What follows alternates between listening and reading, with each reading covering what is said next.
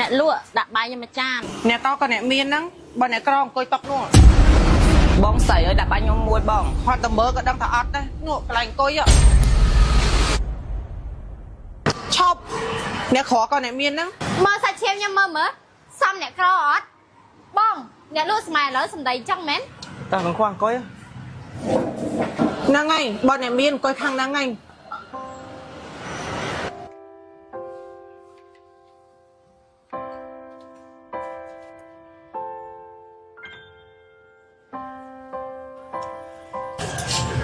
អ៊ំបាននៅនឹងចាំ1000តែ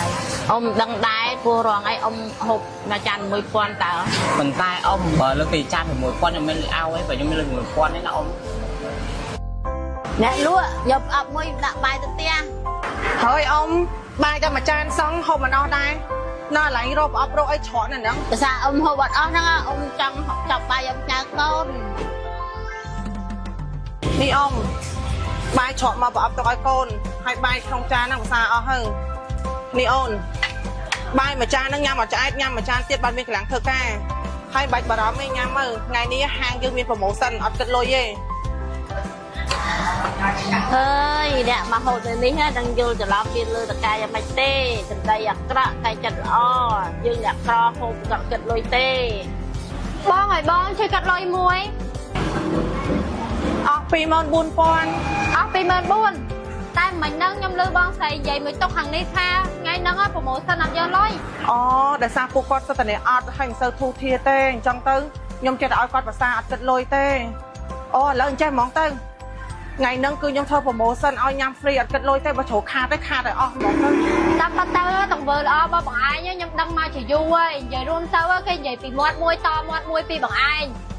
បងលឺនិយាយថាថ្ងៃហ្នឹងម៉ែត្រូវបងថ្លៃហាងត្រូវអត់ហើយមិនអូនឯងដឹងអញ្ចឹងកុំប្រាប់បងថាណែជាម្ចាស់ហាងនៅហ្នឹងចាបងខ្ញុំនឹងប្តីខ្ញុំមកគឺជាម្ចាស់ហាងនៅហ្នឹងហើយខ្ញុំហើយនឹងប្តីខ្ញុំមកគឺជាមនុស្សចូលចិត្តធ្វើបុណ្យខ្លាំងណាបងតិចទៀតខ្ញុំមកតែដល់ស្រុកក្រៅហើយគ្រួសារខ្ញុំអត់សូវខ្វះខាតទេអញ្ចឹងហាងនេះចាប់ពីពេលហ្នឹងទៅខ្ញុំបកលឲ្យបង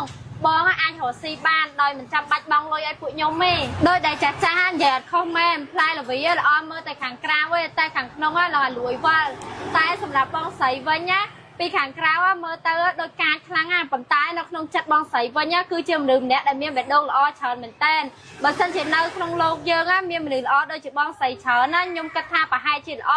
ពួកអីយើងចេះជួយគ្នាក្នុងគ្រាលំបាកតាំងពីដើមមកចែធ្វើល្អចែមិនតែចង់បានការតបស្នងទេតែបើអូនមិនយកស្បែកជួលហាងចែក៏សប្បាយចិត្តដែរហើយចែក៏អាចសម្រួលដល់អ្នកដែលគាត់ខ្វះខាតអាចមកញ៉ាំអីនៅកន្លែងចែអរគុណអរឯងច្រើនណាស់ណាហើយថ្ងៃនេះគឺចែអត់គិតលុយអូនទេ